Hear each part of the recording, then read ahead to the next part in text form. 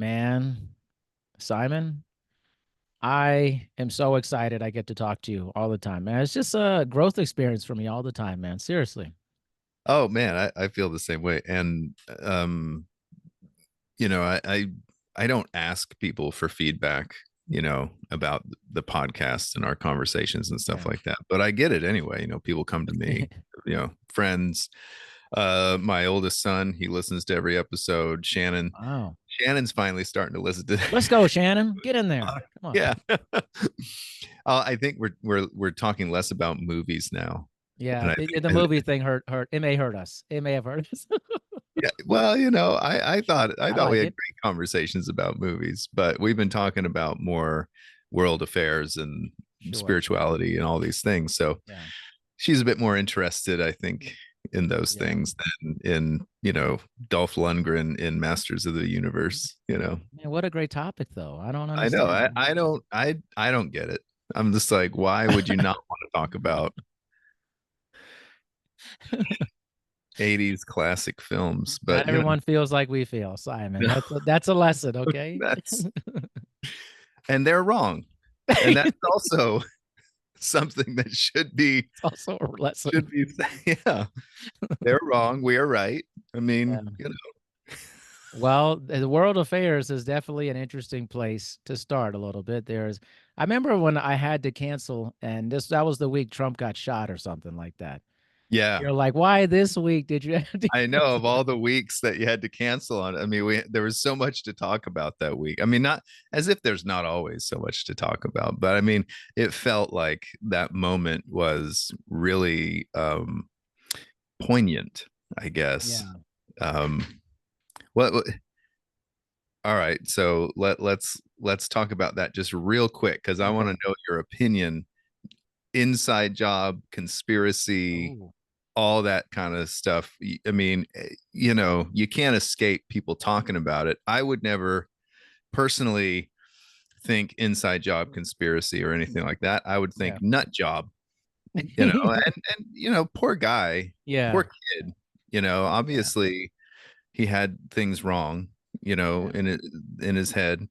Obviously he didn't have enough outside influence, and I'm not blaming anybody, Sure. for it, but I'm just saying that obviously he didn't have enough outside influence that was convincing enough to him to think that this was not something that he Yeah. should do. you know? Yeah.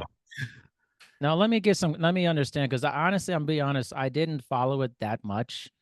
I'm following it much more what's happening now, but because I just get this fatigue with this guy, man. It's just such a Oh yeah, ridiculous asshat that it just like, so fatiguing. But was the person who this attempt, was this someone who was like a very like a zealotry based person for Trump, against? I don't really know.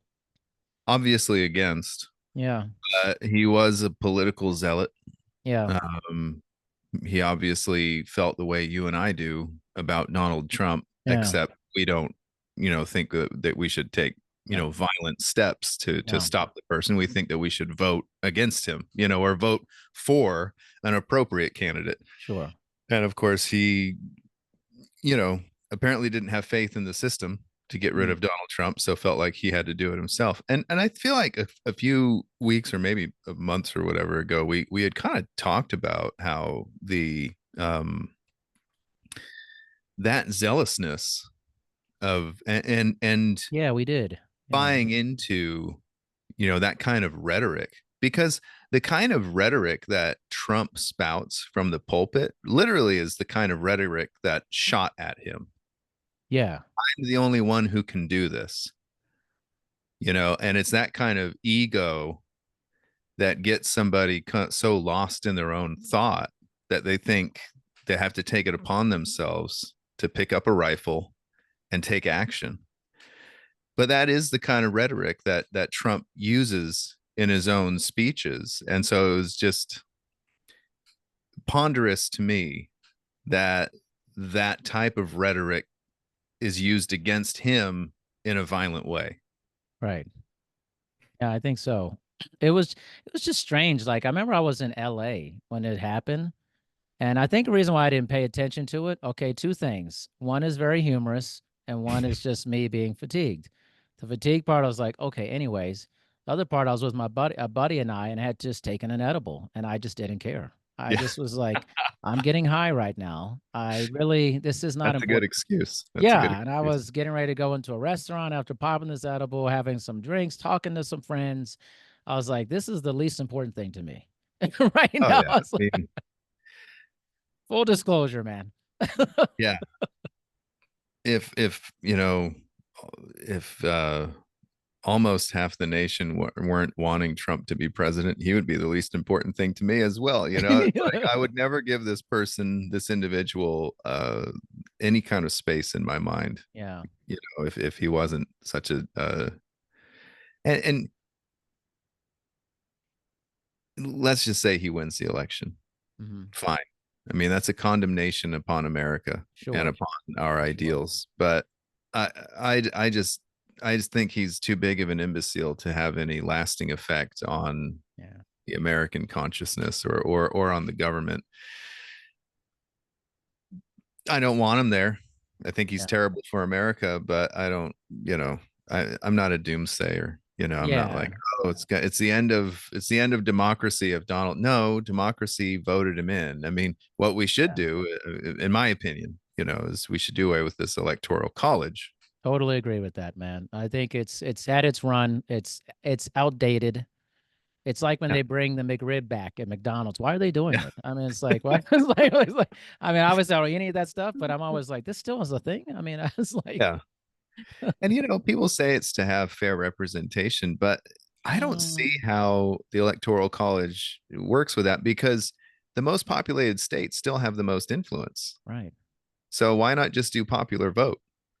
But Yeah. I understand why Republicans don't want to do that because they will lose every They would popular never vote. win. Haven't they Yeah. lost like the last 8 or 9? I don't know. Like it's like a huge amount of The taking L's on that the part. last person to win the popular vote for the Republican Party was George W. Bush, and that was against John Kerry, who Yeah. was very unpopular amongst Extremely unpopular. Democrats. Yeah. I don't even understand how those people make it. I mean, how does some? I'm not even speaking ill about John Kerry. I'm just saying that Sure. he was very unpopular. So how did he become the nominee? Right. It's a lot You like know? the lady who got into the Olympics for breakdancing, who was very unpopular, who was very bad. Everyone's like, "How did you get into the Olympics?" Yeah. And she's just like, "Hey, I'm viral now, I'm baby." here, it Yeah. is what it is. And I think there's a fatigue thing. Like I have this fatigue, but I feel it even, I don't know, you just feel something in the air. It's hard to explain, Yeah. but I think there's a lot of fatigue going on with these antics, and on a larger scale with this very extremism is really, there's a lot of fatigue of extremism, I feel like. And Trump represents that, and he's just not self-aware enough to know that the game has changed, and he just keeps playing the same other game. And it's like, yeah, but times change, things Yeah. change. I think here's my answer to all that fatigue. 90-day election cycle. I totally agree. Enough of this All 18-month stuff, man. Yeah. all federal elections, you have 90 days, and during that time you have to run for Congress, Senate, and any federally, representation on a federal level. 90 days before election day. That's when you can go on the road campaign. That's when you can run commercials. That's when you can have your debates. And then the rest of the year, or the rest of the years, in the case of the presidential campaign, you're not allowed to publicly, Yeah. do anything. Um, even hold rallies. You not even I allowed to hold a agree. rally. And I understand I that agree. people will say that, that goes against freedom of speech and stuff like that. But I just think it's too much for the national consciousness to Agree. be consistently politicizing itself. I totally agree. I actually think people would like politics more if it was condensed. I know I'm making a weird analogy here, but I mean, there's a reason why the NFL is king in the United States. It's not a long season. It's almost a scarcity mentality. If you miss it, it's gone. It takes a long time for it to come back. It's exciting. There's a lot of charisma, or riz, as the kids say. Yeah. Has a lot of riz. and you feel like you want it back because you've missed it. And you never miss politics because it's always in your face all the time. Mhm. It's like a clingy person. It's like, give me a break here, man. Do I? And then I start wondering, Simon. I've always wondered this. I don't know if you've ever wondered this. Is I'm trying to figure out what these guys and girls actually do on a daily basis besides raise money and go on shows. When does the work actually happen? Most of them, I think that's mostly what they're doing. Yeah. Where's the work? Yeah. The people should be questioning what is a typical day for these folks because I don't think it's actually working. Actually, It's definitely not doing a lot of, representing the people that yeah, they, and here's the thing: if you're a politician, let's say you're a representative from Alabama, where I'm at. Well, Alabama is mostly conservative Republicans. sure, Fine, that's great. But you know what my representatives should be doing? They should be representing the Islamic Democrat, just as much as the people who voted for them. I'm just saying, it's these people do such a terrible job. And I just used Republican in Alabama for an sure. example. You Could can be say anyone. Democrat in California Yeah, and say the same exact thing. They do such a terrible job of representing the people who didn't vote for them. And it's like, why aren't you working just as hard for them? right. I totally So agree. yeah, I agree with you. Where I'm just like, I just don't see it. I don't see for most people. Now, I think there's a lot of people out there that are doing a great job. And, for some reason, person who comes to mind when I think about these things is somebody like John McCain. Yeah, I don't know interesting. why he's the person who comes to Yeah, mind, but I really feel like, he was a conservative guy, but he was just always trying to do the right thing. yeah, And so he was against Trump, voted against policies that he did not feel he would not align himself with the party if he didn't feel like that was the right thing to do. And it's like, how much that's what I want from a representative, no matter who they are or where they're from or whatever. I just want people in there who are working hard to do the right thing and will stand up and say no when it's the wrong thing. right. I feel the exact same way. And but I also think I maybe I'm just too worked up about this. I would love someone to tell me that listens to our show or hears like, if you're a politician, can you like break down your day for me? Like, I want to know what happens. What time do you get there? What do you do for like the first hour? Like, because I see all these people on interviews all day long. You literally can't be doing your job, actually. But maybe you're telling me that's your job is to be on TV and to be this figure. Okay, go run a YouTube channel then or something. Like, I mean, like, where's the Yeah, actual legislative action, the representation? I'm willing to bet that there's actually not a lot of that actually happening. And I think that's what people should be upset about is what is actually happening on the day to day to represent the people who voted for you and who didn't vote for you. Like, let's open that up. What do you do? What's your day? It's like when you bring your kid to work back in the day, like, this is what your dad or mom does during the day. Like, I want to know what's actually happening in there. If I it's think a that's whole good. bunch of glad handing and hanging out and playing Tetris and, BSing, I'm like, what are we doing here? Yeah. Like, it's crazy. I think it's a really valid point. We need some like nice little documentary, somebody I to want the go in and breakdown. log up I'm with the serious. camera and yeah, but it's got to be hidden cameras so we know what's really going You on. can't fake it, right? Be Yeah. like, act like you're doing work. Because there's so few people who actually write and present legislation. Right.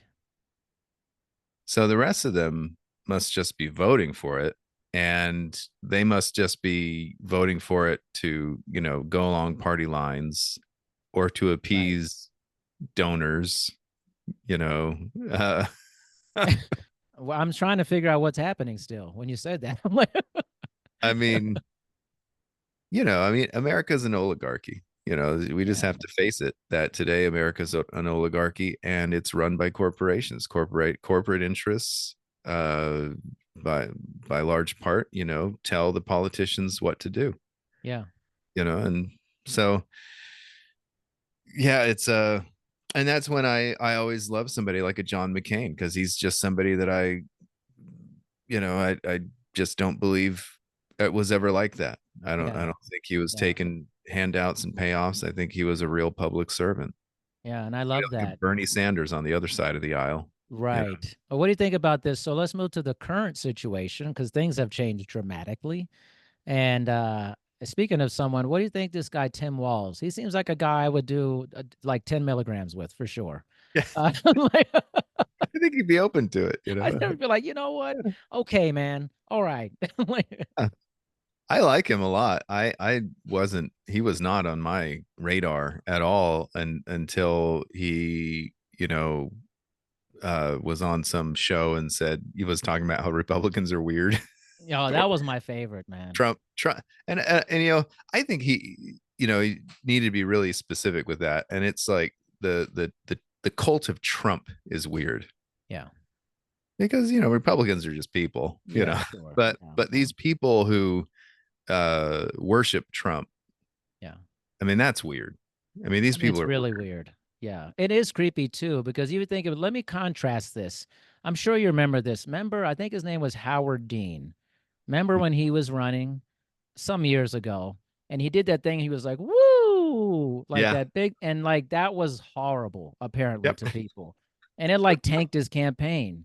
I I don't even mean, know why. I'm I don't just even like, understand what happened. Like he was joyful, he got excited.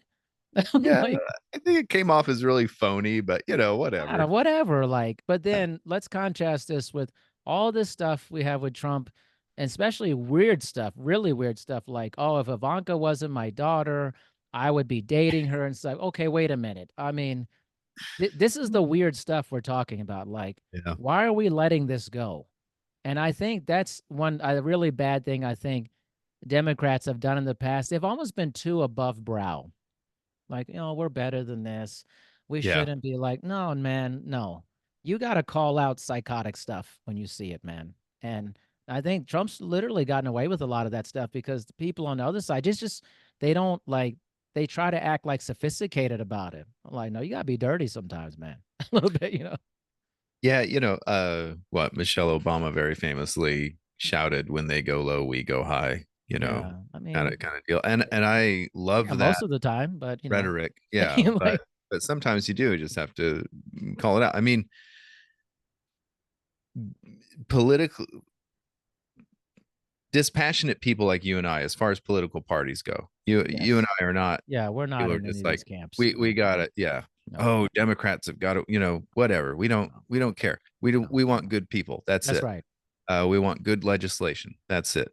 So to you and I, looking at these cults, these Yes. political cults, it's weird.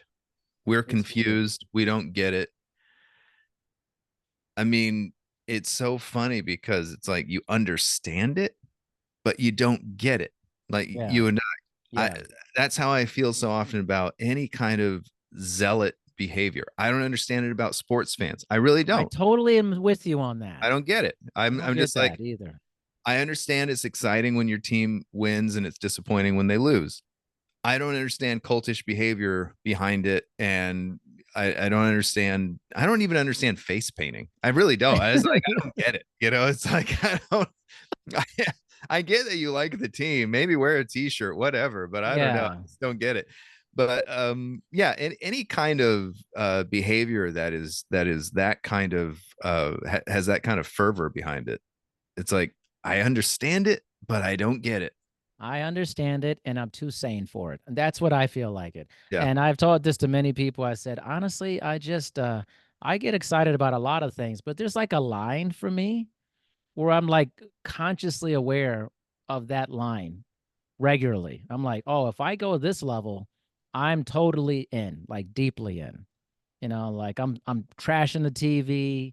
I'm gonna show up, half naked to a game when it's 30 degrees. Like Yeah. there's something like to me, there's something off about that. And if it's harmless, whatever.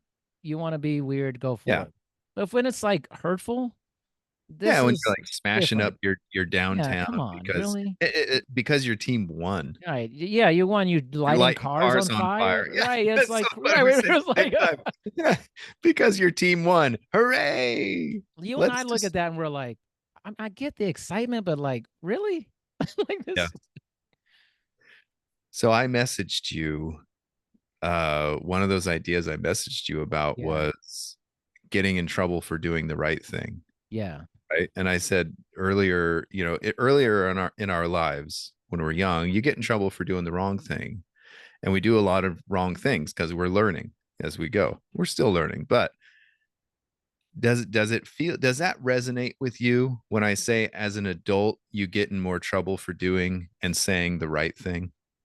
It does, but I think it'd be good to, I want some examples on your end that you're to like build around this. So immediately what I was thinking about was just trying to have logical conversations about religion Okay.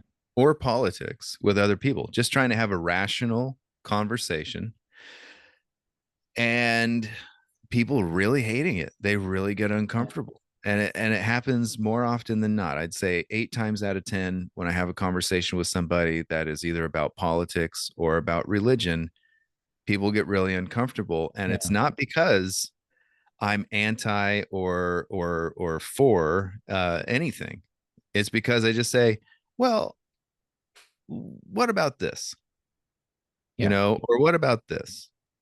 Or if you take that to its logical conclusion, then you end up here, et cetera, et cetera. And I tell you, man, people just hate it. And sometimes I think I'm trying to make a point that's actually for something. Mhm. Let me give you a very specific example right here and stop beating around the bush. So I just had a conversation with somebody in which I was relating to them a conversation that I already talked to you about rainbow and having a conversation with her about maybe not taking things in the scriptures always literally. Right. Yeah. Sometimes there's Yeah. other truth that's not literal truth that Right. you can also. So I'm sharing that with somebody who hadn't heard that story before, and they get really uncomfortable with Mm. it because in their mind it has to be literally true. And for Mhm. me, I'm just like, why? Who put this in our heads Yeah. that these stories in the Bible, or if you're Mormon, in the Book of Mormon, and if you're another religion, other religious Sure. texts, who put it in our heads that everything has to be literally true, especially when it's objectively not. Yeah. And I'm being really careful with my words there because I'm not saying that everything in the Bible is false. I'm saying that not everything is literally true. And Right. so that's the huge difference there. But it makes people really uncomfortable and they really get on the defensive. And then they start accusing me of, because usually in these conversations, this will sound braggadocious, but I know more than they do Yeah. of just like the scripture, the history of it, all these kinds of things. And so I'll be just kind of explaining things to people. And I got this actually very recently. Somebody was saying that their spouse didn't want them talking to me because I am, and I'm quoting, good with words. This is crazy. So, in other words, their fear was that I would be able to manipulate them Completely. against believing things because I'm good with words. Okay. I mean, Simon the magician here. I mean, Yeah.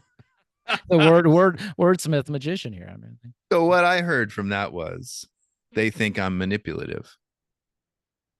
And I could be wrong about this. I'm not saying that I'm 100% right, but this is how I'm reading into that situation, that they heard me speak about something, yeah. wanted to disagree with me, but couldn't because my argument was so sound. Hmm. But my argument, whatever it was, must have gone against something that they believe, but they couldn't argue with me because I'm good with words. Yeah. He's too Or in good with other words. yeah. Or in other words, I only make claims that I can back up. Yeah. you know. This is an interesting discussion. I want to dive in this further because I've kind of had this discussion with a few people, but I'll go much deeper with you because I think, and I've had this with my therapist too a little bit, but um, I think like you're coming at it in a way like you're just like asking questions, you're calm, you're being very factual. I think on their end, it's wrong for them because it's reality breaking is what it is. Their entire existence is formed in this level of consciousness that they're in. Mm. That this, let's say in religious context, if this is not all literally true, then who am I? What is my life have ever been about? It's almost too big of a thing to accept and to start thinking about because then it breaks your reality. And then if they have shame about it, they want to put the shame on you. They want to shame you because they feel shame about that. Maybe, maybe I'm not right. People feel bad about like not being right. Like it really breaks them. And I think that's a chain, that's a prison that people live in a lot. And getting out of that's hard. So I think it's is a it's wrong for them because it's reality literally breaking for them, I think. I think that's a really compassionate and correct I'm very view. compassionate, Simon. Yeah, Okay. you I are want you very I'm like because that is probably what's happening there. yeah, You believe something long enough that you really identify with that thing. And so now when that thing is maybe put into question, now your identity is put into question. And I think correct. that's a very valid Yeah. view of that situation. And I will admit, I had to go through that before I could just start accepting the non-literal, because I grew up the same as most other Christians. This stuff's literally true. Yeah. Okay, the Bible is literally true. Now, I was ignorant enough in my youth to not understand the consequences of something like the Bible being literally Right. true, Right. and thinking that, oh, that does mean that the earth is only 6,000 years old. Right. Really laughable things like that. Right. Right. Of And, course. and I apologize to anybody who's a Bible literalist listening to this. I'm not trying to insult you by saying the earth being 6,000 years old is laughable, because that's something you believe. Yeah. According to any kind of science, it is. Yeah. I mean, it's totally laughable, and it can't possibly be literally true. Yeah. And the reason that most Christians believe that maybe chapter 1 of Genesis is literally true is because they're not recognizing that chapter 2 kind of doesn't quite match up with Mhm. chapter 1. Yeah. And also that it's not the only place where we have creation stories within Right. the biblical text. And these other creation stories are crazy. Yeah. Yeah. I mean, Yeah. you would not, as a Christian, think about God defeating the sea beast Leviathan as part of the world creation story. Right. But that is literally part of it if you read the whole Bible, not just Genesis 1 and 2. But if you go and you read the last couple chapters of Job, for instance, that's where we get God talking about Yeah. these kinds of things. And there's other, in Psalms and in other places, we have these different references to it, um, to different creation stories that involve the Leviathan, the Yeah. great sea beast that God has to fight. And anyway, if you want to take the Bible as literally true, then as a Christian, you believe that part of the creation story is God fought a huge sea beast. Right. Right. And it's you know, also a bad 80s movie too, yeah, Leviathan. It's a very bad 80s. I'm it sorry, is Shannon. very I had bad. to put something in movies. It is. Who's in that one? Is that one? I don't remember the actual, but I was watching a little bit the Is other day. Leviathan the sea base one and the Yes, it's sea monster? based the Yeah, monster, and I was yeah. like, So "Wow, they're this is so underwater. bad." I was Yeah, like, it's really bad. "It's a horrible I'm movie." trying to think who's in that movie, but I can't think of it. They But want to yeah, forget they were in it too. yeah. Oh, I wasn't in that movie. How many times does an actor really want to forget that they were in a movie once they see the finished product? Probably a lot. Yeah. When they first got the script, they're like, hey, they're offering me this money. It's my job. I'm an actor. I'm going to come Yeah. do this thing. And then they see the final product. They're like, oh my gosh, Probably fire my today's movies fire for my sure. agent right now. 85% of the time, today's movies are like, yeah. Man, yeah, it's really bad. And if I were God and and let's just assume Christianity is the true religion, I would fire most preachers and be like, you guys are Right. terrible. You're all fired.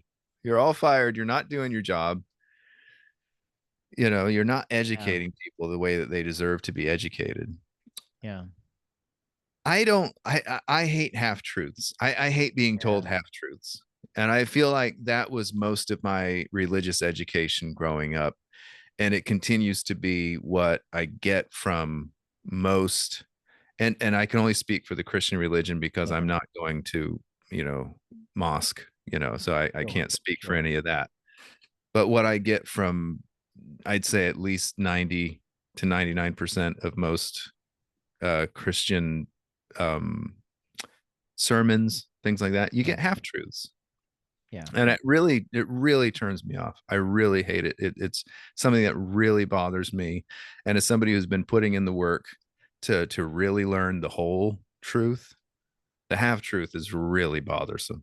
I agree with you, man. I think it's pretty much prevalent in I'm gonna say 99%. I'm gonna willing to give 1%. There's some place out there that they're like, yeah, we're just exploding this all out here, man.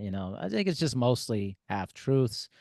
And that's what going back to that, that's what people are basing their identity on is a half truth. And you could take this not just in religion, just take it to what we're talking about with this extremism on whatever side you're in. But let's just take Trumpism. It's an extremely, not even a half truth. There's no truth to it. It's literally just a lie that people build their outfits around, their attendance at rallies to. I mean, really bad outfits. That's the Yeah. truth. Okay. You got to think to yourself, anytime you're wearing the flag, something's gone wrong in your life. It's like if you're wearing it, like, and it's not 4th of July, Yeah. something's off. You know what And I you're not mean? Apollo Creed. Right. You're like, and James Brown's not singing, Yeah. living in America. It's like, you got to think, it's like Halloween every day for these folks, it's like, and it's like you've actively been, your mind has been taken into something that is literally devoid of any rational thinking at all. And sports is like that too. Yeah. Seriously. Like it's like the same thing. And you can take it to whatever thing you want to do. It's like you got to be careful to toe the line. I just think a lot of people don't feel interested in towing the line. They feel interested in being part of tribalism. And I understand that's very much baked into human beings. I get that. Yep. But the evolution of humanity to me is transcending a bond and beyond it and going, okay, I understand we need to be together, but like some of this stuff's really crazy. Like we shouldn't be, and people just seem to Yeah. struggle with that. I think people struggle. I think all of us struggle with the difference between community and tribalism. Ooh, Community is very positive. Community is Mr. Rogers' neighborhood. It's won't you be my neighbor. Tribalism is exclusive. It's I don't want you to be my neighbor because you're not part of my tribe. well said. Simon, dropping nuggets as usual. I think you've gotten smarter over these years. It's like- Me, me You're think ascending, good. my friend. Yeah. You touched on this a couple of episodes ago. Like I think you used the expression sharpening the sword. Yeah. And that's what I'm always trying to do. And I argue with myself all day. And I think that might sound silly to a lot of people, but I'm constantly working out the logical conclusion to whatever thought I have or a thought that somebody else has shared with me. And I actually apologized to somebody recently for doing that out loud. I was like, I'm really sorry because this is just kind of what happens to my brain. Yeah. Like somebody makes a claim or I make a claim and then I have to work it out. And if I work it out loud, that can be I'm sure that's really annoying. But But what was happening in that particular conversation is I kept going, well, what about this? And then they would have a response to that. And I was like, well, what about this?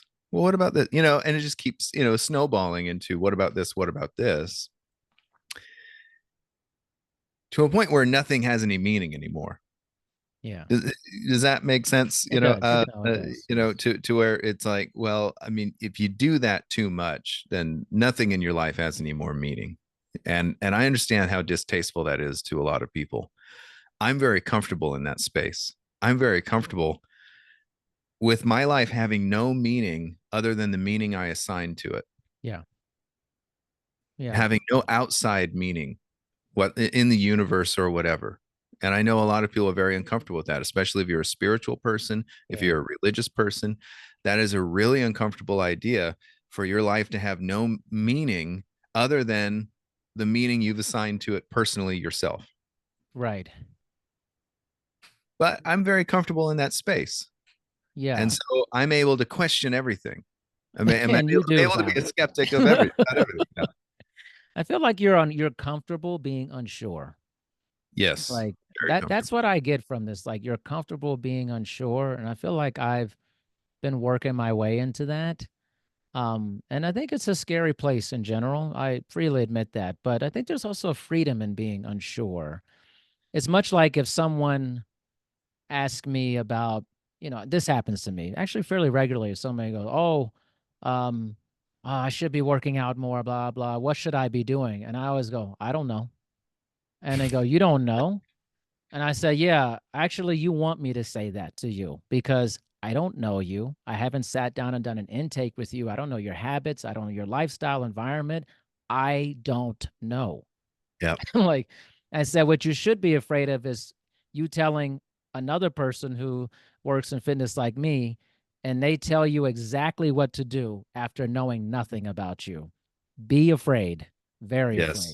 of Yes. that. Absolutely. I've told this to my kids countless times. Somebody tells you they know God, just get the hell out of there. Get to the chopper, Billy. Yeah, Get to the chopper. seriously. I think I use this expression, make like Joseph of Egypt and get yourself out. That's what I think that's the phrase in the King James when he has to Right. escape Potiphar's wife. He Right. got himself out. Because yeah, I mean, anybody who's making these claims and they claim to know what God wants you to do, they claim to know what's best for you. Just in any scenario, somebody who Yeah. doesn't know you claims to know what's best for you. Even somebody who does know you needs to be really careful about making any kind of claim. I need to be careful about making that claim for my own self, Yeah. thinking that I know what's best for me. So I'm definitely not going to trust somebody else who I don't know. And that unsure, I think, is a kind of a novel concept in some way to be okay with because I think we've been socialized as that you look weak if you say you don't know or that you're not quite sure where you land on something. It's believed to be flaky on some level. You can't make a decision. You're so flaky about. I used to think that, but now I more think this person actually has pretty good judgment probably if they're thinking about it for a while. They're marinating in it. And I feel like I always aspire to that. I'm like, I don't know. I need to learn more. And I think that's what's always kept me, especially in politics, off of these teams because I treat it like sports. I don't Yep. have a team. And I'm not sure that I want to have a team. I just want to be a part of the understanding it type of thing. Yeah, people would probably throw rotten vegetables at me for saying this. I was sad the US basketball team won gold. I was too, actually, man. I wanted to see something different, man. I wanted to see Serbia win. Yeah. And it wasn't because I don't like US. It's not because I don't like the players who are on the team. It's not anything Just, like that. I love it when the underdog wins. yeah. I was so excited when Serbia was ahead, and I was like, "Oh man!" And also, I think American exceptionalism needs humbling sometimes. Agreed. Agreed. I really do, and I'm not.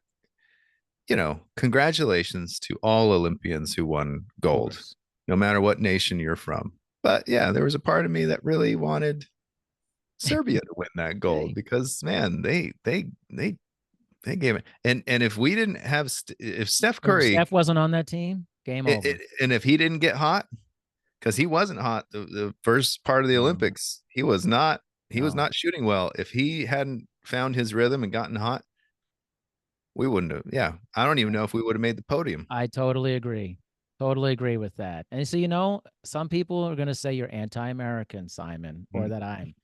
What does that mean? I'm like, you just want some parody, something a little different? I don't think that means that. That's the other thing I'm really worked up about. I guess on some level is just like just how we define America and just how we've like taken these terms like patriot and American, and we've like really warped them into some weird thorny word that is tribalistic in nature. I feel like, it kind of reminds me of the like Toby Keith's song, and I know he passed away in a horrible thing. I think that, I think he had cancer or something like that, and it was just terrible. But his whole thing, remember Know that put anything about? your boot in your ass. This is he used to always say that, like that song, "We'll put a boot in your ass." It's the American way. I just can't Oh, stand yeah. that. I No, just yeah. can't stand stuff like that. It's like love it or leave it. What is that? That's so stupid. It's Yeah. like, Yeah, I don't understand that either because, I mean, the whole spirit of America is that you come here for freedom. yeah, And then songs or rhetoric like that tell you that, well, if you don't like it, get out of here. It's like, well, you don't like it either when a Democrat is I in office, know. I mean, Yeah, so what they're really speaking to what you're, I think, getting at is that, they're talking to an America that is only in their own mind. yeah, And so they've invented a version of America, and we all do this. We invent a version of America, and we do this with everything. If you're a Christian, you have invented your version of Jesus Christ. that's That is, true. it is not a historically accurate version of Jesus Christ. It is not a theologically or scripturally accurate version of Jesus Christ. It is something that you've made up in your imagination. That's just the way of it, you Yeah, know. We do that with everything and everyone. As well as I feel like I've gotten to know you, Darian, whatever I think of you is at least a bare minimum half truth. that's true. Right? You only know so much of someone Yeah. completely. I mean, I think the saying goes, in every conversation, there's like, oh, now I have to do the math. Something like six or four, mhm. or, if there's a conversation between two people, there's the person I think you are, there's a person you think you are, and then there's the person you think I am, there's the person I think I am, Yeah, and then there's the person that you really are, and there's the person I really, so that is six. So there's six yeah, people at least involved in this conversation.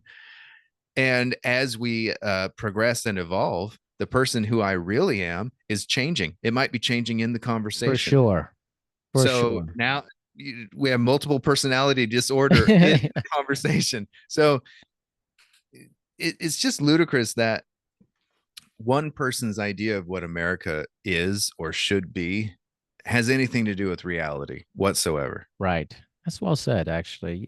This actually makes me think of a conversation I had also about alignment this week. And alignment in terms of like your belief about whatever for that. Mhm. So I think that sometimes like, and this is so ripe for like political atmosphere, religious atmosphere. It's to believe one thing and not be aligned with the actions behind it. Mm, And so if you invent a version of Jesus that is a version of John Wayne or a warrior, William Wallace, this Jesus is a kick-ass Jesus. He would be at the front of the battle line and stuff, but it does not align with what we know of biblical Jesus, historical. It doesn't align. I think a lot of people are just struggling with alignment. yeah. And I think, but the problem is sometimes is when you come into alignment with something and it starts merging, sometimes that's the whole I'm doing the right thing and it's wrong to other people. So a good example is maybe, and you and I are probably more in this camp, and this will make sense. If you are plant-based, vegetarian, vegan, let's say you have an electric car, you care about the environment, you do these things to be in alignment with your belief system. Other people may see that and go, "You're a hippie, you're a left-leaning radical Democrat." In my mind, that doesn't align to me. I'm like, why do I have to be labeled as this? I'm in alignment with my beliefs that actually line up for something positive for that. And you may do that and you think, I am so right about this. And then other people, they're like, that's just, how could you do that? That's such an elitist thing or something. I'm gonna ask you a personal question, Okay. and I'm certain that I know part of the answer already. So the question is, have you ever done something that kept a loved one, let's just use your spouse, for example, from being able to do something positive in their life, but you didn't like the thing they were doing? It was positive for them, but you didn't like it. So you told them, I don't want you doing that anymore. Hmm. I'm sure I have. I may have to really think about Yeah. what that is. I'm sure I have. I don't want to You, like say I don't, we all, I'm going to assume we all have. yeah, And the part of this that I think I know the answer to is, I doubt that you've ever done that consciously, that for you sure. recognized for sure this is a positive thing for them, but I still don't want them to do it because of the way I feel. And it's very selfish, but we're all selfish. Oh, Uh, completely. One level or another, we're all very selfish people. Um, I'm just thinking about that, just in thinking about how you think you want to tell somebody what's good for them, what they should be doing. But so often when we do that, because we don't understand the person or what they're doing, we're being a terrible, negative, toxic, whatever you want to say, influence in their life. And if we would just take the time to get to know that person better, their motivations, et cetera, then our feelings about it would change. Yeah. And then we would recognize that what we were attempting to do earlier was keep them from doing something that's very positive and very worthwhile for them. Anyway, I was just thinking about that a lot lately. Yeah, no, it's very easy to think, oh, so again, let me go back to this. It's like we're very similar in this. I don't push the fact that I don't eat animals, seafood, I don't do that. I don't push that on other people. Mm-hmm. Now, I think it's incredible for the environment, and I'm a very big animal welfare, animal rights person. I could easily be like, you know what, you guys are wrong. Why are you doing this? I never do that. Actually, I believe in freedom, at real Yeah. freedom, actually. Like, Yeah. but it's hard sometimes to not do that. But I think the best thing for me is just for me to do my thing and to be like, listen, in my mind, yes, I'm thinking it would be better for the planet, but also they didn't ask my opinion about it. They didn't ask for my advice. And Mm-hmm. I'm just not going to be giving that to them when they didn't ask it. Now, if they do ask me, it's fair game then. Oh, yeah. That's different. When somebody gives you, it's like a vampire movie. I'm sorry, again, I'm going back to movies. The No, vampire has to be invited in, right, to the house in some of the that's right. movies, right? And he can't go in without their permission. Once you give someone permission to have an opinion about your opinion, it's fair game then. I think that's it's an excellent policy. I try to make that a policy of mine. Unfortunately, I It's fail all not the time working, because Simon. I know, because I just, things just come out of my mouth. It sounds like a name of an album. Sing Things Just Come Out of My Mouth. Is that your next album? Things That's Just Come Out of great. My Mouth. Things just come out of I'm my telling you, mouth. that could be your next album. And Things then Just Come Out of My in Mouth. parentheses, and other orifices. I just named your next best big thing, man. I'm telling you, just come out of my mouth. I love it. Oh my gosh. But I tell you, I mean, and it's not that I don't think about what I'm saying. It's that I have this desire to share information and ideas that I think are really worthwhile. And I wouldn't share them if I didn't think they were worthwhile. Yeah. So when a friend of mine recently was getting to know me, they text me and they said, "Hey," and it's kind of funny because this friend is a female, and they actually asked my wife's permission. They said, I'd like to get to know your husband better because he seems like a really interesting person. Is it okay if I talk to him? And my wife thought that was really great that she asked Yeah. permission and everything was above board and everything. So anyway, she started texting me, and this is months and months ago, but and she said, "Do you mind if I ask you just like personal questions and things like that?" And I said, "Yeah, two things though. I'm not claiming to be a good person, and I will be completely honest with you. So this friendship might be real short if you start digging too deep, you know." Not claiming to be. I think I've heard you say that a couple of times. I'm not claiming to be a good person. I would never make that claim. I don't even know how to quantify that. I really honestly don't. I think I'm pretty good at certain things, but I honestly don't know how to quantify what a good person is. Mm. If you want to say, am I a good neighbor? I'd say to who? If you want to say, am I a good father? It's like, to who? Gosh, Simon. This is so you, man. No, but but in those situations, I could make a sincere claim that I'm trying to be, but I don't know how to quantify it. I haven't got there yet. I haven't arrived. I'm not. Don't put me on the podium and put a medal around my neck because I haven't got there yet. I haven't got there yet. Okay. So anyway, is uh boy, there was another point I was going toward. It's because you kept talking about you don't know if you're a good person. Exactly. I You didn't were mean to talking make to a that new friend, yeah. and you didn't know if you're gonna, What were you saying just before that? What was we're both losing it right now. I know I know it's like, boy, okay, I totally lost my train of thought. I'm telling you, were talking to a friend that may be short-lived because you don't. There are two things Yeah, you said. You said two who things. knows? Who knows? No, Who it's knows in where the I'm ether going? now, man. It's in the Yeah, it ether. is. And I apologize to everyone that I'm telling stories that go nowhere. Now I know you're not a good person. Yeah. So We totally went off the rails.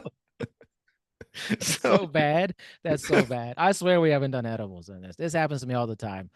When I'm high. you know, I blame it on my blondness. Okay, Oh, we were I talking can't say about that too. Yeah. yeah, we, we were talking about imposing or our opinions on others, Yes. or Yes. having our opinions invited in or whatever. And it's great when you have a friend who you can just say things to. That's what I was leading at. So this person, they're still my friend. Okay. They haven't written me off, even though I've been able, just totally honest, and I feel like I'm always honest with you. Oh yeah. And those friendships I think are really rare. They're really special. They're wonderful when two people can come together and they can say whatever and it's not offensive. Yeah. It's not offensive at all. I might say something that you completely disagree with, but you know that I'm whether I might be wrong, but that doesn't make me a horrible person. No. No. It doesn't. And what does right and wrong have to do with it anyway? This is Is that this too? part of the episode where Simon gets very deep. I mean, it's just this self. There's. I mean, I've been thinking about this a lot recently too, and that was one of the things that drove me to ask you that question about, um, getting in trouble for doing the right thing. Yeah. Because I feel like I'm always trying to do the right thing. And so when I speak up and people don't like what I'm saying, that's just me trying to do the right thing. I Yeah. felt like that was the right thing to do. I might have been wrong, but I was trying. Yeah. and I might have caused more hurt than I ever would have intended by saying what I said. I don't know, but um, but my intention is always to be honest, to share what I think are good ideas.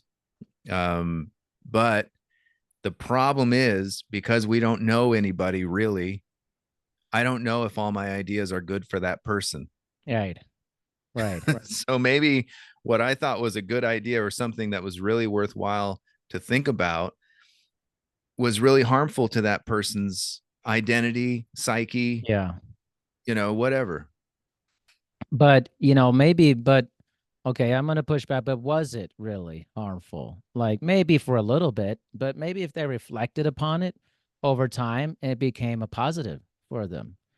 Or maybe. Now, it's probably pretty wrong if you told them like, "Hey, I have this idea that if you ingest bleach, your skin's gonna be amazing, and I just trust me, And man. I'm telling you, like, you'll never have COVID. yeah, you'll be fine." And Yeah, I heard that if you just expose it to this, it's fine. you'll Like, be you'll sorry be guys, I had to take that shot. yeah, It's like that's dangerous. That's wrong. There's yeah, nothing. I maybe he thought it was the right thing. I don't believe that, but I think that some people are just unaware of like what is right and wrong. I think honestly, some people just that line is very blurred. It is not. It's not there, man. yeah. I think Um, you feel like you're right, and I think a lot of things you're saying that I agree with a lot of them. And could they be hurtful? Sure. Especially if you're not ready for it. It's gonna hurt you. You're yeah, gonna be like, oh, yeah. I'm not ready for this. Oh, yeah. I've joked around with that a lot where I've told people, listen, don't be honest with me. Okay. Just lie to me. Just lie. Just tell me you like me. All right. That's, you don't have to actually like me. Just say you do. It, Please just tell me. yeah. just tell me. Especially like well,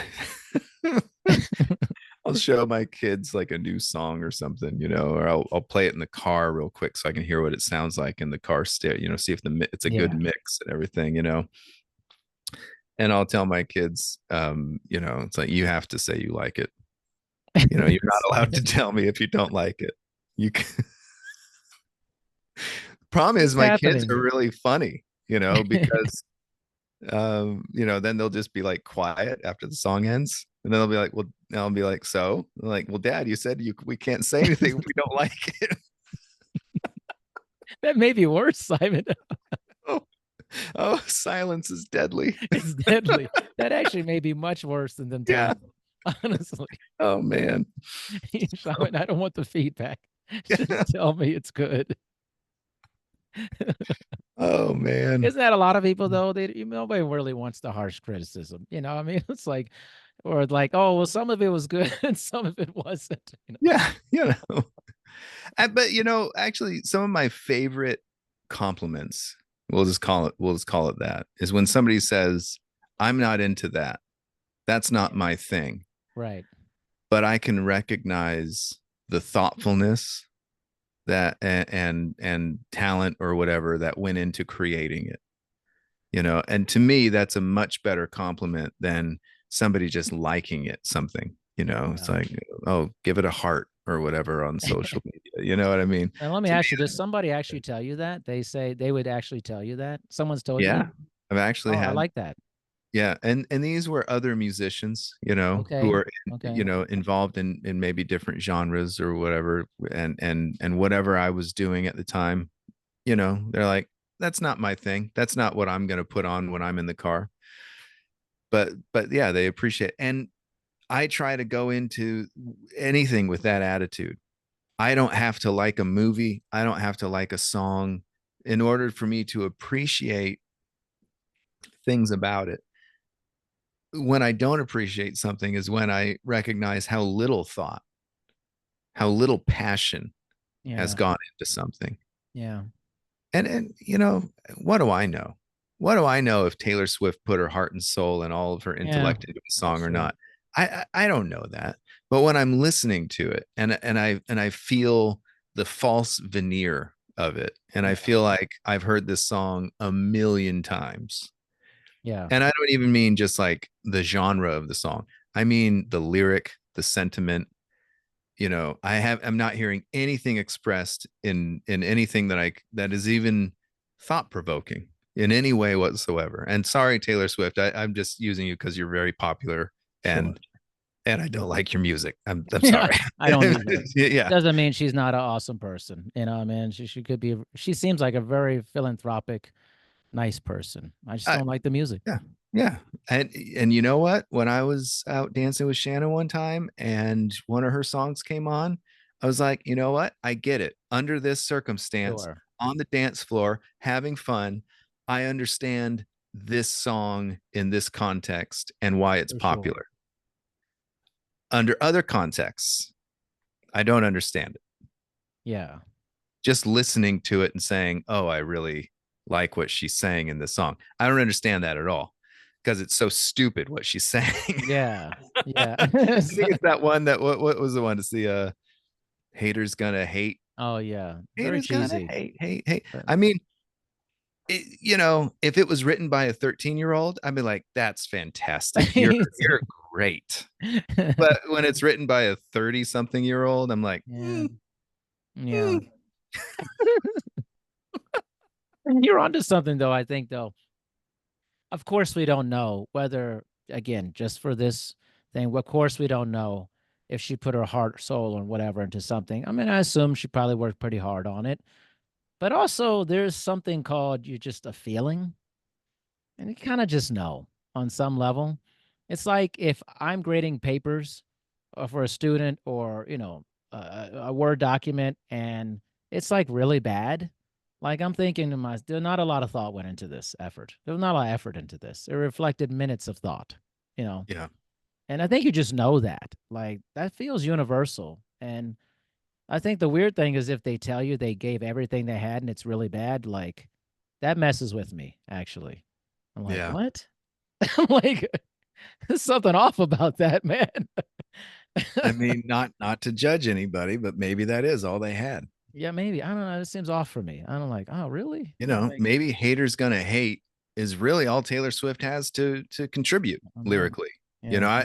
Maybe I don't know. Yeah. I would hate to think that she's that dumb. I think she knows exactly what she's doing. I think she's very intelligent, and that Yeah, her for sure. songs are based around business decisions. Yeah. It's like this is going to be a hit. All right, Yeah. we got to make hits, and that's legit. I'm not saying it's not. Sure. Yeah. That you're there to make money. You're there to make other people money. Taylor Swift is an industry. She's not an individual anymore. She's an industry. So you're making thousands and thousands of people money when you make a hit when you're Taylor Yeah. Swift. So I get it. I just don't get it. Yeah. That was a class. I get it. I just don't get it. Yeah. That was such a classic Simon line there. I was like, how do you go from community versus tribalism to that? Like, one very profound, the other not sure what just happened. just it's like when a computer thinks too hard, Okay, and it's overheated. sometimes the wheel of death just appears on my forehead. I It's think buffering. You're just yeah, it's just buffering. buffering, It's like, buffering. you had an AOL moment there. It was like, like loading, page loading. Yeah. Like, Sometimes my brain is still a dial up, you know. it's okay. It you happens. know, yeah, it's not high Dial up speed every all the Friday. It's time. okay, man. Yeah. Sometimes you can't be profound all the time. You can't be profound every second of the day. No, yeah, I got to save some stuff for next episode. I can't use Next, all my I think gems. you have enough stuff for a million episodes. Nothing ever runs out in that brain of yours. I mean, so here's something I've been thinking about a lot as well, and that is progressivism versus conservatism. Hmm. And I'm not talking about Republicans and Democrats. Okay. I'm not talking about politics in any way, shape, or form. Oh, okay. I'm talking about, do we want to stay the same or do we want to move forward? Okay. Okay. So conservatism, you know, indicates that we're trying to keep things the same. We are trying to conserve the status quo. In many scenarios, that's probably the right thing. In other Yeah. scenarios, progressivism is the right thing. The status quo isn't working. Yeah. And if you're a minority of any kind or a woman, then you can look back at history or look at right now and say, yeah, progressivism is the way to go. We don't Yeah. want to conserve the way that we used to think about these different things. Um, but okay, so what I've been thinking about in my own mind is actually really ties in with a lot of the things we've been talking about, because my ability to move from biblical literalist to postmodernist, Right. for lack Yeah. of a better term, where it's like I don't care if it's literally true or not. I'm Yeah. just I just love reading the scriptures, and Right. I love the stories, and I love learning the history, and whether it happened or not, it's a completely different subject. And it's only important to me when people are trying to make important decisions for their lives and the lives of others based on whether or not the Bible is literally true. That's Yeah. when it becomes important to me. Right. But for me to be a progressive person, I have to be able to take in information all the time, uh, synthesize that information, and then progress as a person, become the next version of myself. And if I'm not willing to do that, then we should stop this podcast right now, because I have nothing else to say in the next episode. That's almost impossible for you. That's an impossible notion. Don't you feel that when you go to church or when you listen to a politician speaking or whatever? You just feel like I've heard this a million times, and No if I doubt hear about it. it again, I'm gonna shoot myself in the head, you No know? doubt about it. No, it's just why I've never, okay, let's put it in this context, the way you've operationally defined it, so that people don't get confused with the political aspect of it. That I've never been someone who has been conservative in that aspect of things. I Mhm. like progressivism of thought. I Yes. enjoy becoming a different version of myself throughout the years. I think stagnation doesn't offer me much. Honest, it just logically speaking, for me, it doesn't offer me much, and I don't think it offers much for other people in my life either. If I stay very conservative or stagnant in my thought process, and I would argue that most people are progressive. This is going to mess with a lot of people. Do you like using your phone? Do you like technology? You're progressive. Yeah. Do you like buying new things and new technologies and new cars and trying on new gadgets? You're progressive. The people who invented these things were not stagnant people. No. They wanted to push the envelope. You like climbing a mountain? You want to challenge yourself to climb a bigger and bigger mountain? You're a progressive person. Hmm. Like, you know what I mean? Like, you want to start making new foods and start doing better for yourself and have better health. You're a progressively minded person. You're not stagnant. My argument is that the majority of people are, in general, they start moving this terminology into a political terminology. It just messes up their whole thing. It just Yeah. completely destroys their whole mind. But I would argue that the majority of what we are as progressive people. I mean, how can we not be progressive? If we were not progressive at all, we'd still be in the Stone Age, man. We would just didn't care. But like, this sounds good to me. Somewhere, Absolutely. somebody in a cave was like, "There's better than this. We gotta do something better than this." And they started singing a song, and Songs they, and stuff, writing stuff down. Like, yeah. there's got to be something better than this. It's like Yeah. somebody was in that, going across the United States, or formerly, obviously Native American lands, and and they had dysentery and they were in a wagon and they were like, this is garbage. Like, we got better than this. Yeah. Like, you know what I mean? Like, I would argue most humans are pretty progressive. They're denying it in a lot of ways. Yeah. I would agree with you. And I always, so I was thinking about that in the church community that I'm a part of, and I've argued this with folks who identify as conservative and Yeah. who think that they view the church as rather stagnant, unfortunately, because they say, oh well, such and such person 100 years ago said this. It was like, well, so what? Yeah. They're allowed to be wrong. We're allowed to move past that. We're allowed to move past somebody's point of view or perspective who lived 100 years ago. And if you don't give yourself that freedom to do that, that's another reason why, people who quote the forefathers a bit too much. Yeah. Yeah. That actually annoys me. Yeah. I'm sorry. It does. The founding fathers of our nation are extremely fascinating, Very fascinating. fascinating Yeah. people. So learning about them, learning about their motivations behind founding the United States and things like that, it's all really well and good. But to weaponize that and to say America should not have progressed since 1777 is a really sickening thought. Yeah. It just really is. And any amendment that has been made completely disagrees with that train of thought. Completely.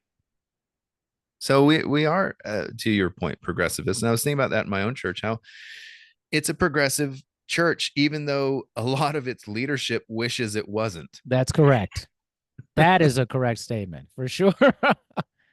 The movement of society and the progressive nature of society to me is inevitable. But there are a lot of people on certain areas that wish it wasn't inevitable. Like to wish away that the population of America will not be much more diverse 50 years from now, or that white people will not be the majority in 50 years is a foolish thing to think. Nothing you do or say will stop that. It will Yeah. not. It's going to happen. We continue to move forward as a species. Now, whether we'll be around as a species down the line, that's very debatable. It's a very, Very debatable. yeah. But we will move forward. I mean, no one's going back to listen. Think about it this way. Anybody listen to this? Have you used a Walkman lately? No, of course you haven't, because you're not going back. That's why this whole Yeah. going backwards thing is so ridiculous to me. No one goes back to their old technology unless every once in a while it's a nostalgic thing like a record player or something like that. But let's be honest, people are path of least resistance. Humans want the easiest possible thing. The most convenient thing wins. You may Yeah. want to cook all the time, but damn it, you're going to order that Uber Eats the second you can. It was available for you there. And you like streaming. How many of your friends out there, anybody, are using a VCR still? Yeah. None. Okay. DVD? None. Like, you are not going backwards. We're all progressive. It's okay. No big We, deal. we have a Blu-ray player. I can't remember the last time we used it. It's like, Right. why buy a Blu-ray when I can rent it off Amazon or whatever Exactly. your thing is? It's like, Right. this is silly. It's Or just I can even buy silly. it off Amazon and I don't have to have a physical copy of it. It's just there Yeah. in my account whenever I want to watch it. Right. And this is the problem with churches right now is the progressive nature, the change of people, the lowering of membership, the different ideas that people have. They don't want to accept it. The No, leaders of the no, church don't want to accept it. But that's what's called killing yourself, essentially. Like, this is self-inflicted, self-injurious behavior. You can still be that little tiny church on the side of the road, but you're probably not going to last much longer down the line because you're being no. stubborn. You're being stubborn. It's like, There are so many churches I've learned about in my own community here that have yeah, shut down, of you know, course. um, and they had smaller congregations or whatever, and Hmm. I just couldn't keep up with it, and you see church buildings for sale a lot, you Yeah, know, buildings that yeah, used to be a church, and I'm all for it. I knew a Simonism was coming there. I think, Just no more half truths, no yeah. more half truths. Like, tell the truth and stop being so damn stubborn about it. Like, people are changing, man. It's okay. It's Yeah. okay. Yeah. And had a great I was listening to Mr. Rogers recently. Yeah. Just listening to old interviews with him. Yeah. One of the things he said, he always had the way of saying simple things, but they're so profound. Master of that. Master. Yeah. So one of the things he's telling Charlie Rose, I think it was, that he says, and this back in the 90s. So just think about the implications of this today. He says, we have so much information, but I feel like we're losing our sense of wonder. Mm. Could there be a better definition of today where I Today. mean, yeah, that we have so much information, but we've lost our sense of wonder. But I think in a way, it look at the downfall of church attendance in this way, that maybe people are regaining their sense of wonder and they're wondering why they ever went to that church.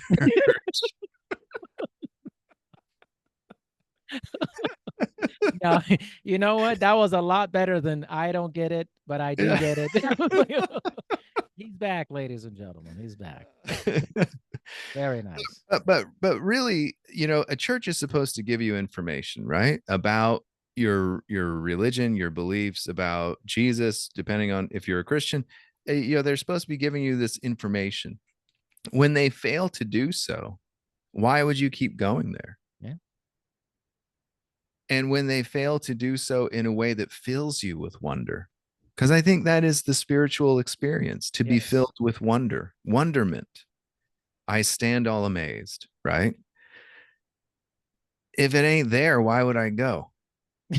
I can't tell you the last, I mean, boy, I would just love to go to church and be filled with wonder. Man, well It said. doesn't happen. Doesn't No, happen ever. no. I'm so with you on that, man. And it's just the same old tired stuff. And sometimes it gets dressed up in large mega churches and made to seem like that. But I mean, if you really pay attention, it's the same stuff, man. It Yeah. really is. You can wear different clothing and It's stuff and lipstick on a pig, lipstick right? on a pig and you stuff. You're know? still not doing the full truth about it. And And the that's full always truth my is so issue. much more interesting. And that's Yeah. what I don't get, why we don't talk about the full truth. I was telling a story to somebody recently and there was like, I've never heard that story. It's right there in the Bible. And I laughed and I said, and I asked him, do you know the story of Joseph of Egypt? And they're like, yeah. And I said, well, interestingly, this chapter that tells this story is right there in the middle of the story of Joseph of Egypt. It just takes this detour and talks about Joseph's brother Judah. Yeah. I know I'm not going to recount the whole story, but it's not important right now. But the thing is that this person is a lifelong member of their church. They've heard the story of Joseph of Egypt countless times, I'm sure. But for some reason, they skipped this other story every single time for their entire life. And it's because this other story it's about Judah sleeping with his daughter-in-law who's Oof. disguised as a prostitute, Yeah. impregnating her, and her offspring is the literal ancestor of Jesus. So it's a weird story, and it just feels so out of place, Yeah. interrupting the story of Joseph in Egypt. It can't be chronologically No. correct to No. put it there, because anyway, but none of that's here nor there. But it's funny because the churches don't want to tell that story. They don't want to No. tell the story of Jesus's ancestor, who's, you know, I guess it's not technically incest, it's a daughter-in-law, but it's a weird It's story. strange, man. It's Okay. it's It's strange and very it's strange. weird. And so as a preacher, you're like, how do I explain this? Well, maybe I just won't. Let's just skip that chapter. Honestly, it sounds like the Trump story, man, with Ivanka, man. It's like, sorry, man. But yeah, it's a, so but to me that's like that story makes everything so much more interesting. Yeah. It's literally as far as being in the tribe of Judah, as far as the Jewish tribe is concerned, it's Jesus's first ancestor, kind Yeah. of, in a way, other than Judah himself. Um, and so isn't that an interesting story? Isn't that something that, and I'm sure you can find a way to tell that story in an inspiring way, maybe it's a cautionary tale. I don't know. But it's just, why skip that story? If you're a biblical literalist and you think the Bible is literally God's word, why aren't you telling all of God's stories? Yeah. God has this story in there for a reason. Tell the damn story. So, I mean, let's get in there. Yeah, Tell the damn story. I just I'm just so sick of that whole thing. Like we were just saying, the I whole know. half truth The thing, whole half truth, the man. whole hiding things because Hiding. we're uncomfortable about talking about them. That's what I'm it just is. so Yeah. sick of it. Yes. If you're Yes. uncomfortable with God's truth and his story as revealed in the Bible, then maybe you shouldn't be a Jew or a Christian. Maybe that's not for you. Go find a different religion where you are comfortable with the whole story. Totally agree, man.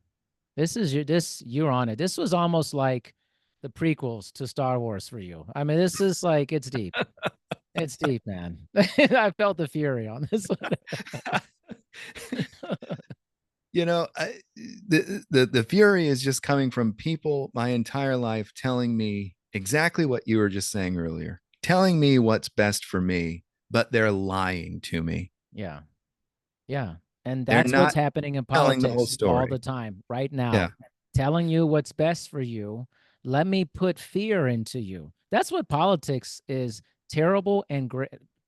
Great. Let me preface great. Great being like it's effective messaging to get people to follow you. The fear, instilling fear into people is a huge part of extremism. And this happens in church too, and especially very fundamentalist churches. You're going to hell.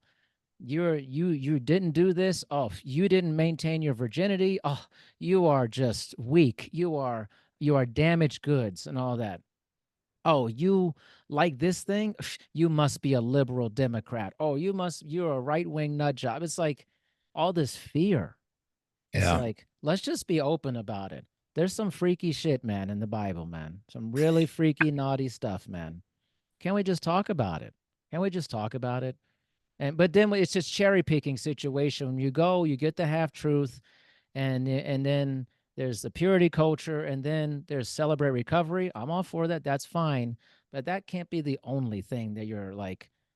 Some substances actually aid people and doing better. Yeah. You can't say that, right? I told my wife, I said, I want to see a church talk about psychedelics in church and talk about, I'm not saying that you're saying you should do it. You should mindfully consume psychedelics if and do it with a guide and stuff like that. But we will never talk about that. Why isn't that part of a thing? There's a whole book literally about uh, psychedelics and Christianity. Oh yeah. Lots of research on this, huge research of the connection of psychedelics. Why aren't we talking about that? I was telling somebody just recently that the wood that the ark, no, not the ark, sorry, the Ark of the Covenant, Mm-hmm. the Ten Commandments were kept in, um, was made, and I'm blanking on the name right now, but it's a specific wood that has psychedelic properties. You can Yeah. derive psychedelics from it, and it's just like, I mean, they're using this wood to build the ark. I You mean, kidding me?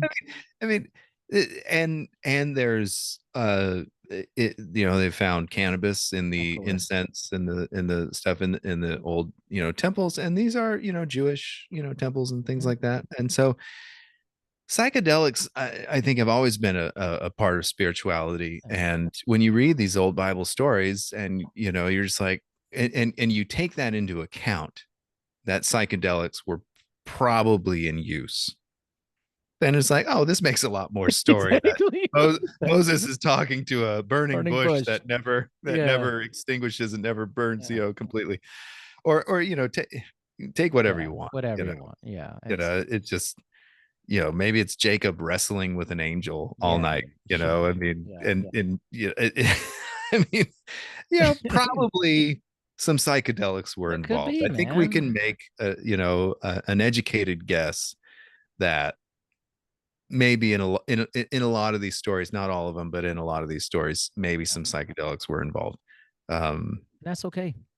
it That's is totally okay okay. if you don't think that should be a part of your modern religious practice. Also completely okay, Yeah. but it's also completely okay to recognize that historically it's been a part of most religious practices. You'd probably find a more difficult time finding an ancient religion that didn't Didn't. use Exactly. psychedelics. Yeah. Exactly. You would have a hard time, but this will never be mentioned.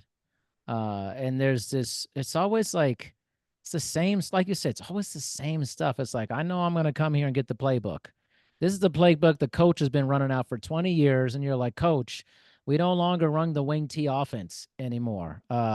Maybe we'll do the air raid offense. No, no, we don't do that, man. We're Air Force Academy. We run that wing T.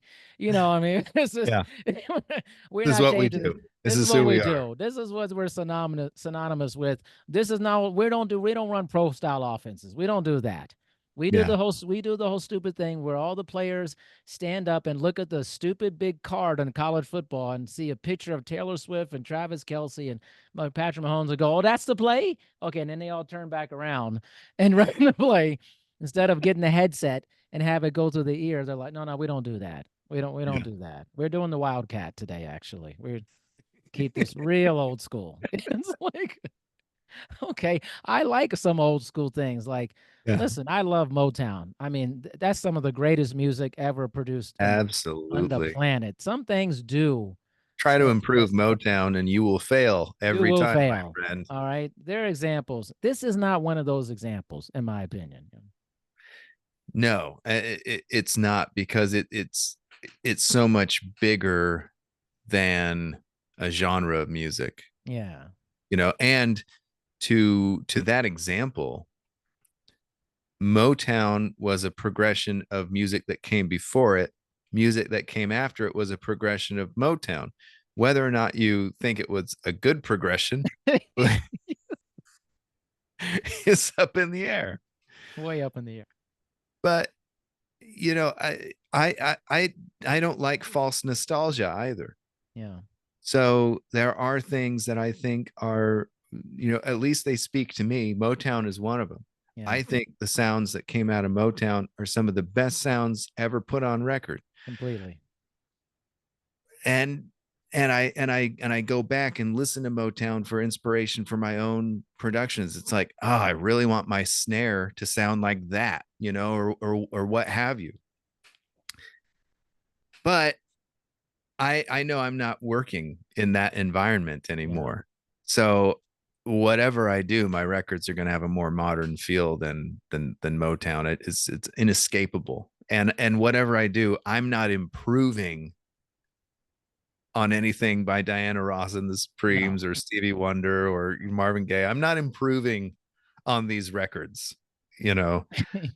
So here's another caveat to progress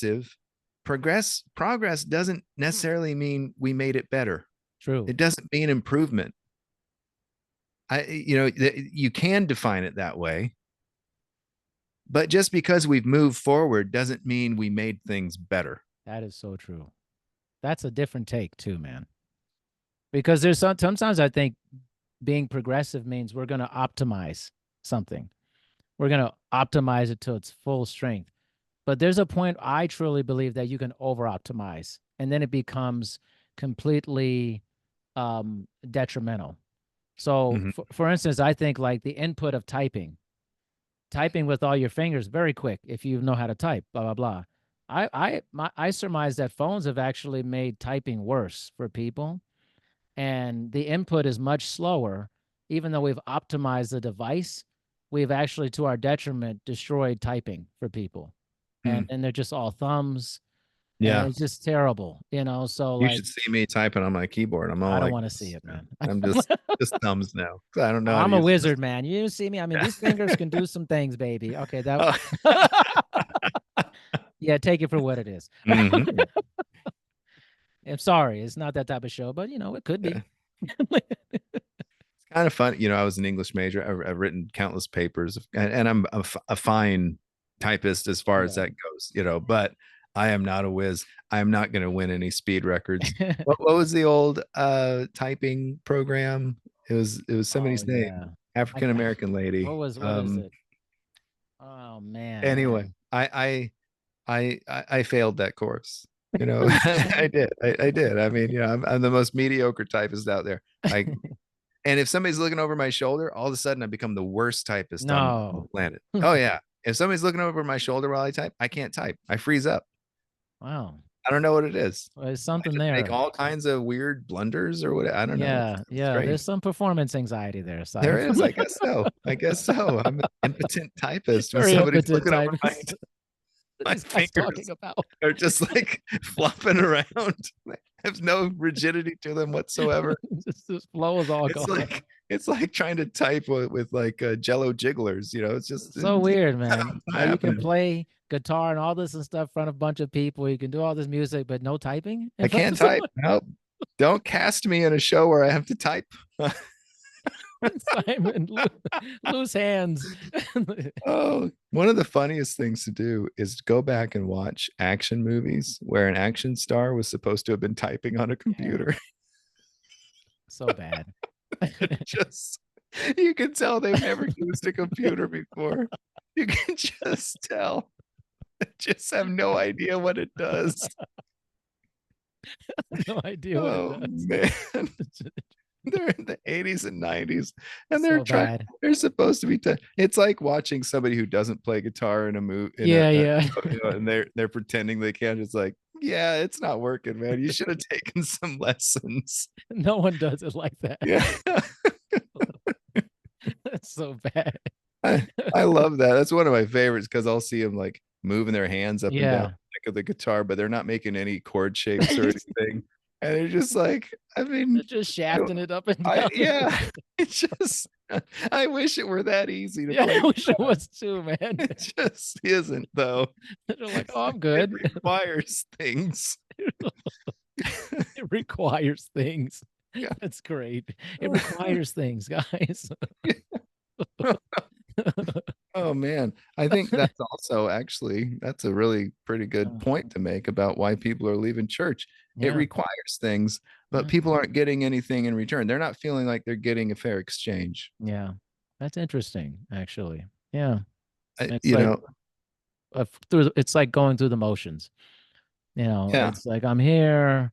It's kind of like that scene. You ever watch that movie? I'm sorry, Shannon. We're going to talk about movies here. Mhm. You ever watch that movie, Dogma? Ever seen that? Oh yeah, yeah, yeah. Oh man, it was like Ben Affleck was in it, I think, and I should remember all the people. Chris Rock, the pervert Chris Rock, the angel. pervert angel, yeah. Yeah. And I never forget that scene. And this was a long time ago. This movie came out, really long time ago. I never Mhm. forget the scene where the ladies in church. I think maybe it was a Catholic church. I could be completely wrong, but she was sitting in church and she was just like not into it. And Mhm. you could tell her faith was very low, but she was going through the motions. And it was, I don't know if they meant this, but it was kind of like that the dogma, the church, it was like really boring and there was no action. And I remember thinking when I watched that, I feel like that when I'm Yeah. there. I feel like nothing's happening for me. It's like, it's just so boring, or I'm not getting everything I need out of this. And, I'm always amazed when somebody will come up afterwards and be like, "Wasn't that a great talk?" And I'm always honest. I'm like, oh "No." boy. Simon. You're No, it like the was wrong awful. person to ask, Yeah, or the don't right ask person, me. actually. It's like if your definition of a great talk is that that person successfully repeated things that we've heard ad nauseum for the last, at least for me for the last 46 years, and yeah, it was they did a that was a great Xerox copy of every talk I've ever heard before. That was amazing. It's amazing. There's no Yeah, sarcasm in that at all. yeah. But if you want to Uh, say something that made me ponder, something that moved me on an emotional or spiritual level, no, no. yeah, And I gotta say, I'm at a point in my own spirituality where, if it's not something that makes me think in a profound way, eh, it's not interesting to me. I mean, it isn't going to move me emotionally or yeah, spiritually. It's just not. I'm just going to yawn and go back to my book. yeah. I tell you one thing I've enjoyed. Big shout out to Westerville Church in Ohio, Westerville, Ohio. I've been watching their messages, and it's led by two female pastors. I'm so pumped about this, really into it. Right. And also, what I love is they also wear this like lapel, and it has the like LGBTQ colors and all this stuff on it. Mm, They're very out front about it. I love that. I yeah. think that's really great. But the last sermon, well, one of them, there's this whole like going back to school with Jesus is the current series. It's pretty good. But the one of them was like embrace the mystery, embrace the mystery. Like there's just a lot we don't know, and I want you to embrace it, embrace that. Yeah. And I don't think a lot of places do that. They don't say that either. And I really enjoyed that sermon in particular because I think it's much like I said to you. I think you actually thrive in being unsure, and like Yeah. you're just very good with that. And I feel like they're very good with that too. They're unsure, but they're okay with it. And that was very inspiring to me for that. So I just wanted to put that out Oh, there. I love it. My favorite genre of TV or movies, I gotta say, is probably mystery. Yeah. And I'm not somebody who needs closure at the end of a Mm. movie or whatever. I don't need everything wrapped up in a bow. Um, Feel free, directors and writers, to leave me hanging so that I have something to think about. No, seriously, so I have something to think about, and you haven't spelled out all the answers for me. I know that's frustrating to a lot of people, especially when they read or watch something that's open ended. I'm not frustrated by that at all. Yeah. I'm just like, oh, thank you for allowing me to think about it. Thank you for, accepting that I might be an intelligent person and that maybe I can create my own interpretation of this. Let me tell you something. The last season of The Boys better not be that. Okay. It better have a nice ending. I need this. Okay. Like, I haven't been keeping up, but I was thinking I need to get back to it. oh, it's all like season 4 was awesome, but it was certainly a political satire. It was a satire about our current political system. And, it was like they had a kind of a January 6th ish type episode. Hmm. And basically, Homelander, the main guy, he is now the leader of the United States government. That's kind of the cliffhanger at the end of season 4. But yeah, Homelander has to die at some point, guys. Let's not be crazy here. Like, or be depowered. Something I need it wrapped up. I'm not as evolved as Simon on this. Okay, I, I'm on the opposite end of this, guys. I'm okay with there being a bad ending. I mean, a bad ending as in the bad guys win Yeah, sometimes. I mean, because it's fiction. It's yeah, fiction. yeah, If it was real life, of course, I want the good guys to win. But in fiction, I'm okay with, yeah, oh, the bad guy won. Oh, okay. yeah. That's all right. You It know. was great with Thanos, man. When in Infinity War, I was like, this is great. But I think Yeah. just because I liked Thanos, like they made me like him, and I never liked a villain usually. I was like, oh, this is a likable villain. Yeah. Interesting, very interesting. To me, that's when a movie succeeds, when I start to side with the villain. Yeah, A movie's like that. Not every movie, of course, needs yeah, that, but when I at least have some kind of sympathy yeah, for the villain, and in certain ways maybe I want them to succeed. um, in their plan, you know, because they've converted me at least a little bit. Then I'm just like, oh, and so you know, I love movies that are just have complex relationships. The first movie that came to mind was the Everything Everywhere All at Once. Yeah. Yeah. There's no real villain in that movie, Right. so to speak, but there is a protagonist and an antagonist that have to resolve their differences and things like that. And I really appreciate that. I've been watching this series from the 90s, 80s, late 80s, 90s, an old British TV show called Lovejoy. Have I told you about No. Lovejoy? Mm-mm. It's about an antique dealer who's basically a swindler and Mm. a con man, and sometimes is doing things pretty underhanded, you know, and really swindling people out of their money. But other times he's the hero. He's doing the right thing, and he's, you know, so anyway, great show. But in quite a few episodes, there aren't any real good guys or bad guys. Yeah. You know what I mean? There's just like there's misunderstandings, there's this, there's that, and it's a comedy, you know, so it's so that people are just allowed to have fun sometimes. So anyway, but I can't the plot and everything doesn't even matter. But I was just watching an episode recently, and I was just thinking about that. I was so overjoyed that I was like, Yeah. there wasn't a villain in this show, but there were protagonists and antagonists, but nobody was really a bad person or Yeah. anything like that. Nobody was so cartoonishly, you know, stupidly villainous, you know. So it felt more like real life, Yeah. Yeah. where it's like, yeah, sometimes I'm a protagonist, sometimes I'm an antagonist to somebody else. Yeah. That doesn't make me a villain. Are It you doesn't sure make about them that, the good guy. Simon? You're not a villain? I'm, I mean, I'm saying that doesn't make me a okay, villain. that's There's how you talk about yourself. other I'm things like, that, you know. I Yeah. thought we were going into you now. Yeah. I just know, like, are you sure about this? You know, speaking of series, I rewatched all of Midnight Mass Okay. last month, and it was even better than the first time. Man, And I have to that rewatch it series then. is one of the greatest series ever produced. I'm serious, man. It's Yeah. just, and even some of the themes are more relevant today than they were when it came out in 2021. I Mm. think when that came out, I it's love it just when a show does that, you know, where it's like masterful stroke of making a show, like just masterful. Yeah. when I heard some people's complaints about, oh, there's too much talking or whatever. Come on. It's like, are you kidding me? Were you not listening to what they were saying in those conversations? Because that was way more interesting Ugh, than any kind of like, you know, werewolf, vampire, whatever. You know what I mean? It's no. Yeah. like, oh, Like when they were in the house, classroom, and Bev, you know, she's the religious zealot of the, yeah. you know, and then you had the sheriff, who they always mocked by calling him Sharif because he's Mm, Muslim, and she was talking about having the Bible in the classroom, and he was like, "Well, would you be okay if I put the Torah in the classroom?" And she's like, "Wow," and she's like, "You don't believe in Jesus?" He's like, "Actually, we love Jesus. I don't know what you're yeah, talking about." You know, and it's just like that is great commentary. Just incredible there and is. again, very relevant to today.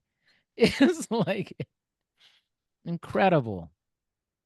Yeah, you know, the because we're not educated and we can't be educated about everything, so we're all ignorant.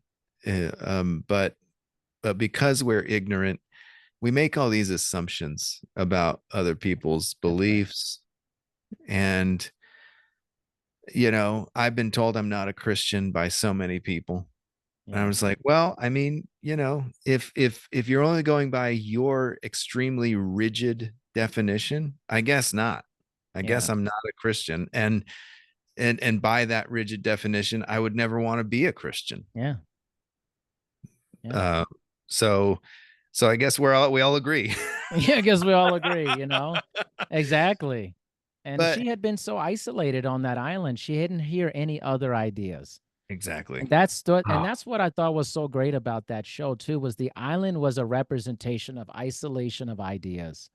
And that is so relevant now especially, you know. So often we talk about, the location being a character in the show or the Yeah. movie.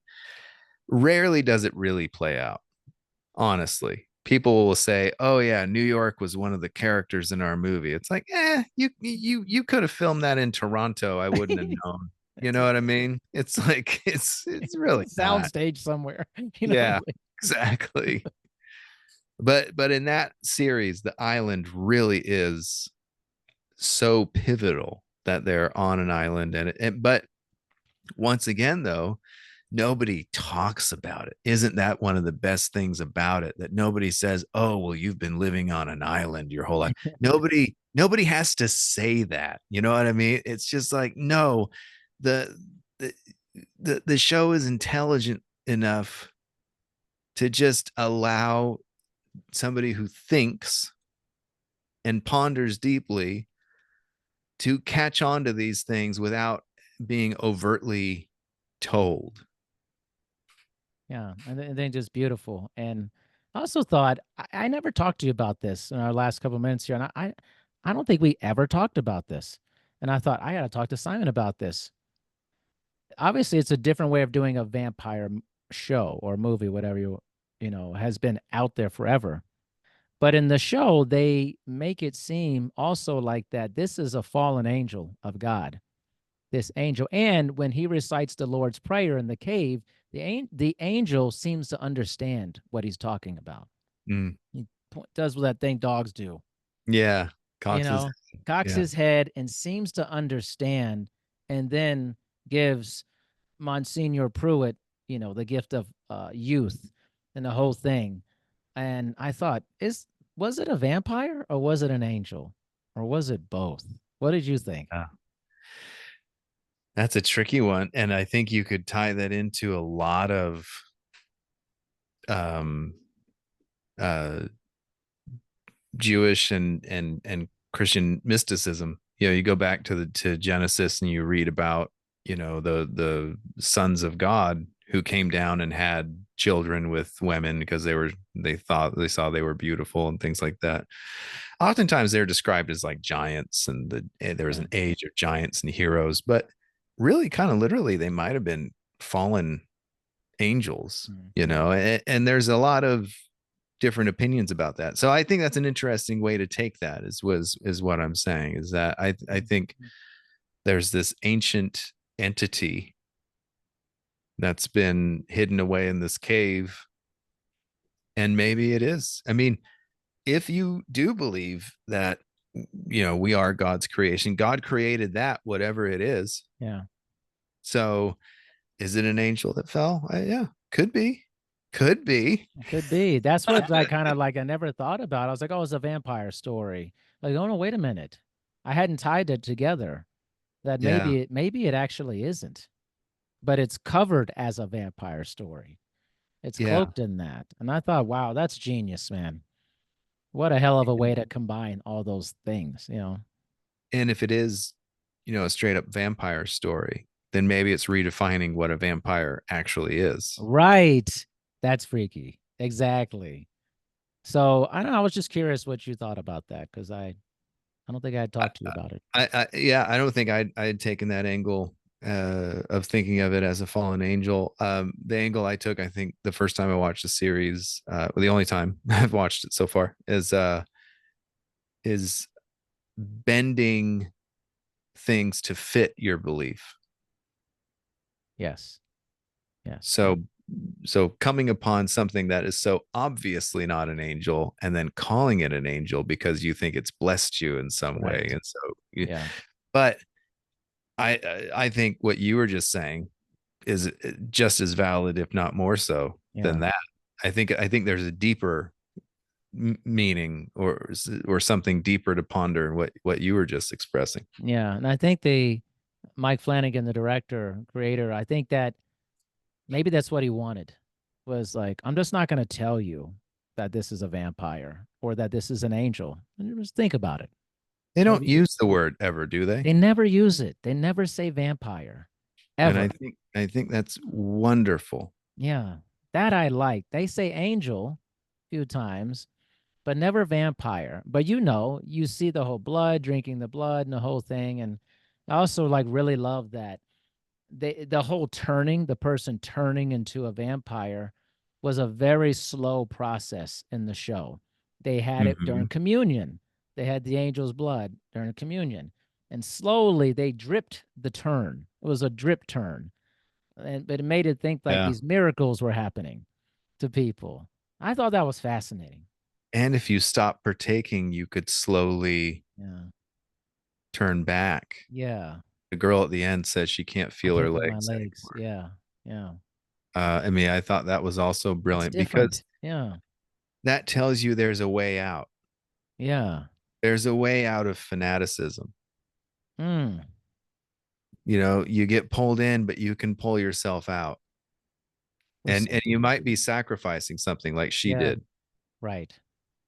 Yeah. but ultimately you've escaped the, destroying yourself with fanaticism. You're back. You know what? You redeemed yourself. You had one hiccup and it was still funny. Like